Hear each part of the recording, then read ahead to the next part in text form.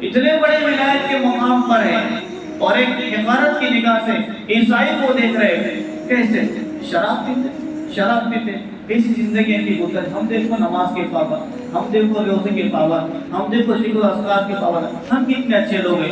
اپنے آپ کو اچھا سمجھا اور اس کو حقارت کی نگاہ سے دیکھا, فوراً گرفت آئی. اسی راستے میں آگے جا رہے تھے کہ ایک عیسائی کی خوبصورت لڑکی کے عاشق ہو گئے, اس کے فریفتہ ہو گئے اور اس سے کہا کہ میں اس کے باپ سے کہا کہ میں تمہاری بچی سے نکاح کرنا چاہتا ہوں. اس نے کہا اگر تم اس سے نکاح کرنا ہی چاہتے ہو تو چند شرطیں ہیں وہ قبول کرنی پڑیں گی. عبداللہ اندلسی رحمۃ اللہ علیہ نے کہا کہ جو چاہو میں قبول کر لوں گا. کہا کہ سور چرانا پڑے گا, سور ہاتھنے پڑے گے, خنزیر. کہا کہ ہاں ہاتھ لوں گا, چرا لوں گا. اور کہا کہ شراب پینی پڑے گی. کہا کہ پی لوں گا لیکن مجھے اس سے نکاح کرنا ہے. کہا کہ اس کا گوشت بھی کھانا پڑے گا. کہا کہ ہاں کھا لوں گا. تینوں شرطیں منظور ہے. تینوں شاگرد کہہ رہے, مریدین کہہ رہے, حضرت کیا کر رہے آپ, کیا کر رہے ہیں؟ ہزاروں لوگ آپ کے چاہنے والے, ہزاروں لوگ آپ کے فالوورز ہیں, آپ کے ماننے والے, اور آپ بھی کہ اس لڑکی کے پیچھے جا رہے ہیں. کہتے جاؤ مجھے جو کرنا ہے کرنے دو, میری مرضی. تمہیں اگر ساتھ رہنا ہے ساتھ رہو, یا پھر چلے جاؤ, مجھے چھوڑ دو گے, میں اپنی مرضی سے رہنا چاہتا ہوں. سب قبول کر لی اور ان سبوروں کو لے کر کہاں کریں. ایک وقت وہ تھا وہی ڈنڈے سے تو منبر پر کھڑا ہو کر خطبہ دیا کرتے تھے. آج اس بات پر مجبور ہو گئے کہ اسی لکڑی سے سوروں کو ہانکا جا رہا ہے. 1,00,000 احادیث کے حافظ تھے, 1,00,000 احادیث کے حافظ, اور ایسے ویسے بھی روایت کے ساتھ حضور اکرم صلی اللہ علیہ وسلم سے ان تک کتنے راویوں نے سند سے روایت کے سب راویوں کے ساتھ حدیث کو یاد کیا تھا. 1,00,000 حدیث کے حافظ. اس زمانے میں حافظ اسی کو کہا جاتا تھا جس کو 1,00,000 حدیث یاد ہوتی. اور بہترین قرآن کے حافظ بھی. سارا قرآن بھول گئے, اللہ کی طرف سے گرفت آئی, ساری احادیثیں بھول گئے. بیٹھے علامہ شبلی رحمۃ اللہ علیہ جیسے بڑے بڑے اللہ والے ان کے شاگردوں میں شمار ہوتا ہے, اور ان کے سامنے ذامے تلمذ ہویا کرتے. شبلی آئے, علامہ شبلی رحمۃ اللہ علیہ کہا کہ حضرت کیسی زندگی گزر رہی ہے, شراب پی رہے ہیں, خنزیر کا گوشت کھا رہے ہیں, سوروں کو ہانک رہے ہیں, یہ بھی کوئی زندگی ہے؟ تمہیں کچھ احساس ہوتا ہے کہ نہیں ہوتا ہے؟ آپ ہمارے شیخ ہیں, آپ ہمارے استاد ہیں, آؤ توبہ کرو. کہا کہ کچھ قرآن یاد ہے, کوئی حدیث کا ٹکڑا یاد ہے؟ 1,00,000 حدیثوں کے حافظ ہے. کہا کہ شبلی پورا قرآن بھول گیا, سارا قرآن اللہ نے بھلا دیا, اور ساری احادیث اللہ نے بھلا دیا, لیکن قرآن کا ایک آیت کا ٹکڑا یاد ہے اور حدیث کا ایک ٹکڑا یاد ہے. تاکہ سناؤ تو اسے حضرت کون سا یاد ہے؟ کہا کہ من یضلل اللہ فلا ہادی لہ, جس کو اللہ گمراہ کر دے اس کو کوئی ہدایت نہیں دے سکتا. اللہ جس کو گمراہ کر دے اسے کوئی ہدایت دے ہی نہیں سکتا. آج میں گمراہ ہو چکا ہوں, اللہ کے علاوہ مجھے کوئی ہدایت دینے والا نہیں. اور کہا کہ حدیث سنائیے کہ حدیث یاد ہے. کہا کہ من بدل دینہ فاقتلوہ, جو اپنے دین کو تبدیل کر دے اس کو زندہ رہنے کا حق نہیں ہے, اس کو قتل کر دیا جانا چاہیے. اب مجھے زندہ رہنے کا کوئی حق نہیں ہے. کہنے کہ حضرت اللہ کے سامنے روئیں دھوئیں, اللہ سے معافی مانگیں. اللہ کی ذات بڑی غفور الرحیم ہے, اللہ ستار ہے, اللہ غفار ہے, معاف کرنے والے ہیں. حضرت شبلی رحمۃ اللہ علیہ کے اس کہنے پر عبداللہ اندلسی رحمۃ اللہ علیہ نے سر کو جھکایا اور اللہ کی بارگاہ میں روئے, اللہ سے معافی مانگی کے لڑائے. پھر ایک مقام اللہ نے لایا کہ دوبارہ السلام حافظ قرآن بنے اور پھر 1,00,000 احادیث کے حافظ بنے. لیکن گرفت آ گئی, اس بات پر گرفت آ گئی تھی کہ ایک عیسائی شخص کو جو شراب پی رہا تھا اپنی عبادت پر فخر کرتے ہوئے حقارت کی نگاہ سے اس عیسائی کو دیکھا. یہ ہے تقوی کا اعلیٰ درجہ جو بڑے لوگوں کو کہیں جا کر نصیب ہوتا ہے, بہت اور اعلیٰ مقام پر پہنچنے کے بعد نصیب ہوتا ہے. روزے کا مقصد یہ کہ ہماری زندگی کے اندر ایسا اللہ کا ڈر آ جائے, اللہ کا ایسا خوف اور تقوی آ جائے. حبیب بن عمیر رحمۃ اللہ علیہ وقت کے بڑے تابعی ہیں, روم کے بادشاہ نے ان کے 9 ساتھیوں کے ساتھ ان کو گرفتار کر لیا, 10 لوگوں کو گرفتار کر لیا اور جیل کی سلاخوں کے پیچھے ڈال دیا. 9 کے 9 کو مروا دیا گیا. حبیب بن عمیر رحمۃ اللہ علیہ ایک اکیلے تابعی بچے تھے, جن کو زندہ چھوڑ دیا گیا. بادشاہ نے کہا کہ چلو چل کر اس کے ایمان کو جانچتے، اس کے ایمان کو پرکھتے۔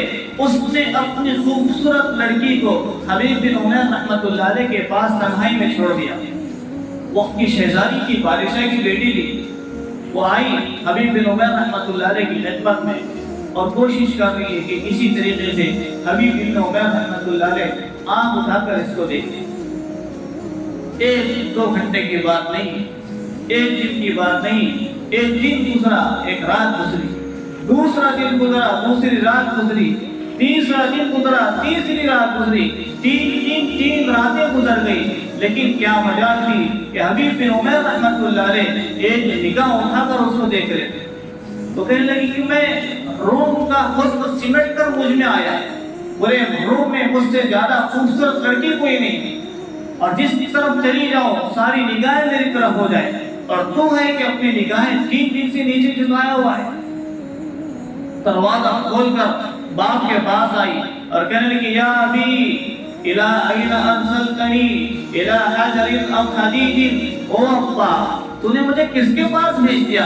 وہ پتھر نہیں، وہ لوہے کی چٹان ہے، لوہے کی چٹان۔ میں 3 دن سے کوشش کر رہی ہوں کہ مجھ کو دیکھ لے، لیکن کیا مجال کہ وہ ایک نگاہ اٹھا کر میری طرف دیکھتا۔ پھر واپس آئی حبیب بن عمیر رحمۃ اللہ علیہ کے پاس اور کہا کہ او شہزاد، او اللہ کے ولی، دیکھو یہ میرے محل کا پیچھے کا دروازہ ہے اور یہ میرا تیز رفتار گھوڑا ہے، اس گھوڑے پر سوار ہو جاؤ اور یہاں سے نکل جاؤ۔ ادھر سے جاؤ گے تو میرا باپ تمہیں مروا دے گا، میں چاہتی ہوں تم یہاں سے نکل جاؤ، تمہاری جان بچ جائے۔ وَمَن يَتَّقِ اللَّهَ يَجْعَل لَّهُ مَخْرَجًا، جو تقوی اختیار کرتا ہے، اللہ کا ڈر اختیار کرتا ہے، اللہ تنگیوں سے نکلنے کے راستے اس کے لیے بناتا ہے۔ عمر فاروق رضی اللہ تعالیٰ، فاروق اعظم رضی اللہ تعالیٰ ان کو ایک گورنر نے خط لکھا کہ ہماری ایک فوج ہے ایک علاقے سے گزرنے والی، وہاں کے عیسائیوں نے، یہودیوں نے اپنی خوبصورت حسین اور جمیل لڑکیوں کو سجا کر، سنگار کر کے، ڈانس سکھا کر رکھا ہے تاکہ یہ نوجوان مسلمانوں کی فوج اس علاقے سے گزرے تو ان کی نگاہ ان پر پڑے اور غلط کام میں مبتلا ہو جائے۔ اس لیے امام صاحب سے، فاروق اعظم رضی اللہ تعالیٰ سے جو وقت کے خلیفہ ہے، آپ سے درخواست ہے کہ آپ کو ایسی نصیحت کر دیں نوجوانوں کو تاکہ اپنی نگاہوں کی حفاظت کر لیں۔ فاروق اعظم رضی اللہ تعالیٰ نے کوئی لمبا چوڑا بیان نہیں کیا، قرآن کریم کی صرف ایک آیت لکھی، قل للمؤمنین یغضوا من ابصارہم ویحفظوا فروجہم ذلک ازکی لہم ان اللہ خبیر بما یصنعون۔ کہہ دیجیے ان مومنین سے کہ اپنی نگاہوں کی حفاظت کرے، اپنی نگاہوں کو غیر محرمات پر نہ ڈالے۔ اگر کسی نے ان عورتوں کو کنکھیوں سے بھی دیکھ لیا، آنکھوں کے اشاروں سے بھی دیکھ لیا، تو اللہ ان کو دیکھ رہا ہے، یہ آیت پڑھ کر سنا دے۔ جب یہ آیت ان کو پڑھ کر سنائی گئی، سارے کے سارے نوجوان مسلمانوں کی فوج اس علاقے سے گزر رہی ہے، لڑکیاں ناچ رہی ہے، ڈانس کر رہی، خوبصورت دوشیزائیں حسین و جمیل لڑکیاں ہیں، لیکن کیا مجال تھی کہ کوئی نوجوان ایک نگاہ اٹھا کر ان کی طرف دیکھتا۔ لڑکیوں نے کہا ارے وہ جانے والوں، کوئی تو سنو، یہ ناچنا، یہ ڈانس کرنا، یہ سورنا، یہ سجنا، یہ تمہارے تو یہ۔ لڑکوں نے کہا دیکھیں گے کیسے، سارے کے سارے اللہ کا قرآن جو سن کر آئے۔ لڑکیوں نے کہا وہ جانے والوں، ہمیں بھی تو اپنے اللہ کا کلام سنا کر جاؤ، ہمیں بھی اپنے ساتھ لے کر جاؤ۔ قل للمؤمنین یغضوا من ابصارہم ویحفظوا فروجہم ذلک ازکی لہم ان اللہ خبیر بما یصنعون۔ اللہ کے کلام کی ایک آیت سن کر سینکڑوں عیسائی لڑکیاں مسلمان بن گئیں، اور ہم مسلمان ہو کر مر جائے، سارا قرآن سن کر آج تک صحیح معنی مسلمان نہیں بنا۔ تو میرے عزیز ساتھیوں، روزے کا مقصد ہے تقویٰ، تو ہمیں اپنی زندگی کے اندر جانچنا چاہیے کہ زندگی کا اتنا بڑا عرصہ میں نے ہر سال بھوکا رہ کر گزارا ہوں، یہاں اس بھوکا رہنے سے کیا مقصد مجھے حاصل ہوا؟ کیا تقوی کا پہلا درجہ جو کم از کم ایک گلاس کے پھوٹنے پر بچے کے دل میں جو کیفیت پیدا ہوئی تھی، کیا ایسی کیفیت اللہ کے حکم کے چھوٹنے پر میرے دل میں ہوئی یا نہیں ہوئی؟ اگر ہوئی تو واقعی ہمارا زندگی بھر کے روزے رکھنے کا مقصد حاصل ہوگا، اگر نہیں ہوئی تو ہمیں غور و فکر کرنے کی ضرورت ہے۔ کہنے والا بھی عمل کا محتاج ہے، سننے والے بھی عمل کے محتاج ہے۔ اللہ تعالیٰ ہم تمام کو کہنے اور سننے سے زیادہ عمل پیرا ہونے کی توفیق عطا عطا فرمائے.